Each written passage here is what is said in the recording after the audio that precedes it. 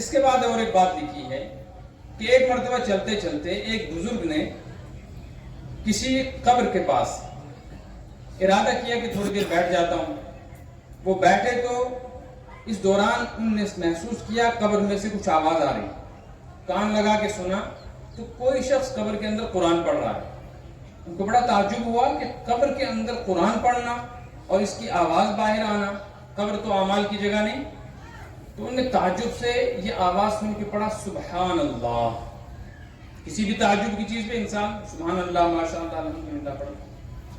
تو قبر سے آواز آئی, تعجب ہوا. اس پر انہوں نے دوبارہ سبحان اللہ کہا کہ ایک آدمی قرآن پڑھتا ہے اور پھر میرے سبحان اللہ کو سن کر مجھ سے بات بھی کر رہا ہے. میں نے کہا تعجب کی بات تو ہے.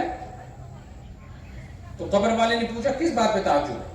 میں نے کہا تعجب اس بات پہ ہے کہ جب کوئی انسان مر جاتا ہے تو ہم نے سنا ہے مرنے کے بعد کسی عمل کی اجازت نہیں ہے, تو تم قرآن پڑھ رہے ہو.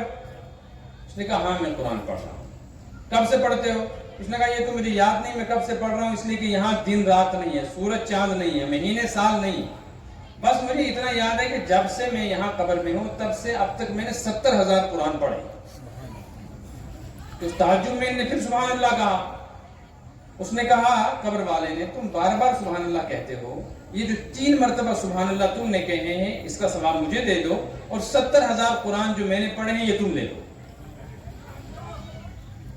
تو اس بزرگ نے اس قبر والے سے کہا تو عجیب آدمی ہو, قبر میں بیٹھ کے قرآن بھی پڑھتے ہو اور مذاق بھی کرتے ہو. ایسا سودا کون کر سکتا ہے کہ 70,000 قرآن کسی کو دے دے اور 3 دفعہ کا سبحان اللہ وہ لے لے؟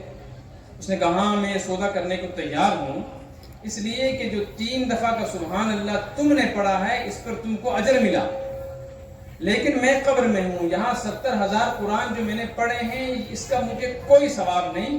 بس میں جب قبر میں پہنچا تو مجھے فرشتوں نے پوچھا تم کیا چاہتے ہو؟ میں نے کہا میں کیا چاہتا ہوں, قبر میں پڑھا رہوں گا, مجھے اجازت دے دی جائے کہ میرا دنیا میں شغل تھا قرآن پڑھنے کا, میں قرآن پڑھتا رہوں. تو مجھے یہ اجازت مل گئی, اب میں جب تک یہاں ہوں قرآن پڑھتا رہوں گا, لیکن اس قرآن کی پڑھنے پر مجھے کسی نیکی کا ثواب اور اجر نہیں مل سکتا. یہ وقت گزاری, کیونکہ مرنے کے بعد عالم آخرت سامنے آ جاتا ہے, پھر نیکی کا کوئی اجر نہیں ملتا. البتہ تم زندہ ہو, تمہارے سبحان اللہ کہنے پر تم کو اجر ملے. تو ایک مرتبہ سبحان اللہ کہنے کی یہ قیمت ہے. مرنے کے بعد تو کس کو اجازت ملتی ہے, لیکن اگر اجازت مل بھی جائے تو دنیا کے ایک سبحان اللہ کی قیمت مرنے والے کے نزدیک 70,000 قرآن کے برابر ہے. تو حضرت نبی پاک صلی اللہ علیہ وسلم نے ایمان والے کو یہ بات سمجھائی ہے کہ وہ اپنی زندگی کی قدر کیسے کر سکتا ہے. جیسے حدیث میں آیا نا, صحابی نے پوچھا تھا کہ کیا عقل مند کون ہے, تو آپ نے فرمایا جو اپنی زندگی کی قیمت کو سمجھے اور اس کی حفاظت کرے. وہ حفاظت کے اعمال کیا ہیں, کچھ اذکار میں بتا رہا ہوں, آج سے ارادہ کریں کہ انشاءاللہ ان کی پابندی کریں. بڑے بڑے اعمال کی بڑی قیمت ہے, حج کی, نماز کی, روزے کی, جہاد کی, تلاوت کی. تو چھوٹی چھوٹی چیزیں, کچھ وقت ایسا گزرتا ہے ہمارا جو ہم کسی کام میں مصروف ہیں, کچھ وقت ایسا گزرتا ہے جب ہم کسی نیکی میں مصروف ہیں, نماز ہے, روزہ ہے, تلاوت ہے. کچھ وقت ایسا ہے جس میں ہم کچھ نہیں کرتے. مثلا گاڑی میں یہاں سے بیٹھے سری نگر جا رہے ہیں, یہ 15-20 منٹ کا وقت بیکار گزر رہا ہے, یا تو موبائل پہ لگے ہیں یا چپ چاپ باہر کا منظر دیکھ رہے ہیں. جو ہمارا وقت ضائع ہو رہا ہے, سو گئے, نیند نہیں آ رہی ہے, بستر پہ پڑے ہیں تو نیند کا انتظار کر رہے, 15 منٹ 20 منٹ گزر گئے. ایسے ہی آنکھ کھل گئی ہے لیکن ابھی اٹھنے کو جی نہیں چاہ رہا, فجر کی نماز میں وقت ہے, تو 5-10 منٹ بستر پہ کروٹیں بدلتے گزر گئی. یہ وقت بالکل ضائع ہو رہا ہے. ہم دعوت میں کہیں گئے ہیں, کھانے میں انتظار ہے, بارات کے آنے میں انتظار ہے, تو باتوں میں وقت گزر رہا ہے, یہ وقت ضائع ہو رہا ہے. صرف اسی ضائع ہونے والے وقت کو استعمال کر لیں تو کیا حاصل ہو سکتا ہے. حدیث میں آیا ایک مرتبہ سبحان اللہ کو ہو تو یہ اجر ہے کہ جنت میں ایک درخت لگے گا جس کا سایہ 1000 سال چلنے پر یا 100 سال چلنے پر بھی ختم نہیں ہوگا.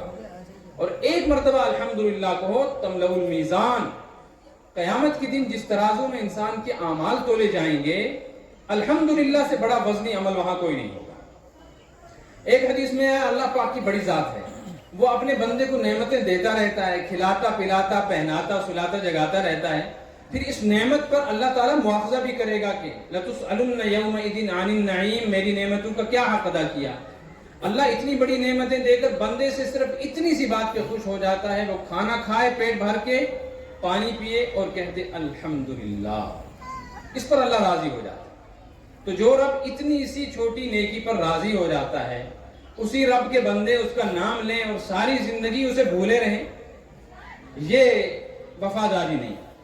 اس لیے ہر عمل کا کوئی نہ کوئی طریقہ بھی متعین ہے اور کوئی نہ کوئی وقت اور شرط بھی متعین ہے۔ نماز کے اوقات متعین ہے، رکعات متعین ہے اور اس کی شرائط بھی۔ حج سال میں ایک مرتبہ، روزہ سال میں ایک مرتبہ، زکوٰۃ سال میں ایک مرتبہ، قربانی اور عید سال میں ایک مرتبہ۔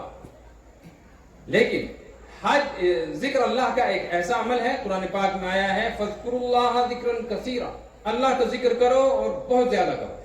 بہت زیادہ کی تعداد علماء نے بیان کی ہے۔ بہت زیادہ کس کو کہتے ہیں؟ حدیث شریف میں آیا بہت زیادہ ذکر اس کو کہتے ہیں کہ تم اللہ کا اتنا ذکر اپنی زبان سے کرو، ایسے اللہ کا نام لے تو تم کو دیکھنے والے لوگ دیوانہ سمجھیں۔ تم دیوانے نہیں ہو لیکن وہ سمجھے کہ یہ کیا ہو گئے؟ دیوانے ہو گئے، ہر وقت اللہ ہی کا نام لیتے رہتے ہیں، اللہ ہی کرتے رہتے ہیں۔ حضرت عمر رضی اللہ تعالیٰ عنہ کی خدمت میں قیس کو ان کے باپ نے پیش کیا۔ قیس وہی ہے جس کو مجنو کہتے ہیں، لیلا مجنو کی کہانی سنی نا لوگوں نے، وہ جو مجنو تھا اس کا اصل نام ہے قیس۔ ان کے باپ نے قیس کو اپنے بیٹے کو حضرت عمر کی خدمت میں پیش کیا، امیر المومنین میرا یہ بیٹا تباہ و برباد ہو گیا، ہر وقت لیلا لیلا ہی کرتا رہتا ہے، خاندان بڑا ہے، شہزادہ ہے، لیکن لوگوں کے نزدیک اب یہ پاگل ہو گیا، آپ اسے نصیحت کریں۔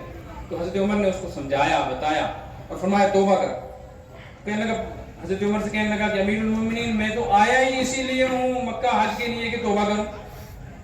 تو حضرت عمر نے فرمایا ٹھیک ہے تم توبہ کرو۔ کہنے لگا پھر میں طواف کرتا ہوں اور طواف کے درمیان میں توبہ کروں۔ طواف کرنے لگا تو طواف کے درمیان کہنے لگا پروردگار کو، اللہ تعالیٰ کو مخاطب ہو گیا، الہی تبت من کل المعاصی، یا اللہ میں بڑا مجرم ہوں اور تمام گناہوں سے میں توبہ کرتا ہوں، ولیکن حب لیلا لا اتوب، لیکن لیلا کی محبت سے میں توبہ نہیں کر سکتا۔ یہ جرم ایسا ہے، دنیا مجھے پاگل کہے، دیوانہ کہے، یہ تمہیں چھوڑ نہیں سکتا۔ تو حدیث میں اشارہ اس طرف ہے کہ دنیا کہاں سے کہاں چلی جائے، وہ چاند پر جانے کی بات کرے کہ آسمان پر اڑنے کی، لیکن اللہ کا بندہ ایسا ہو کہ اس کی زبان پہ اللہ اللہ ہی ہو۔ تو چھوٹے چھوٹے اذکار ہیں جن کی بڑی قیمت ہے۔ حدیث میں آیا جو بندہ لا الہ الا اللہ اللہ اکبر لا حول ولا قوت الا باللہ، آسان ہے نا؟ لا الہ الا اللہ اللہ اکبر لا حول ولا قوت، یہ کلمہ جو بندہ اخلاص کے ساتھ پڑھے، اگر اس کے گناہ سمندر کی جھاگ کے برابر بھی ہوں گے تو اللہ معاف کر دے گا۔ حدیث میں ہے جو آدمی ایک مرتبہ پڑھے استغفر اللہ العظیم الذی لا الہ الا هو الحی القیوم، اگر یہ آدمی میدان جنگ سے بھاگا ہوگا، اور اسلامی اعتبار سے گناہوں کی جو فہرست ہے نا، ان میں ایک گناہ ہے گناہ کبیرہ۔ گناہ کبیرہ اس کو کہتے ہیں جس پر ہر حال میں سزا ملے گی اور توبہ کے بغیر وہ معاف نہیں ہوگا۔ ان گناہوں میں سے بڑے گناہوں کی فہرست میں ہے میدان جنگ سے بھاگنا۔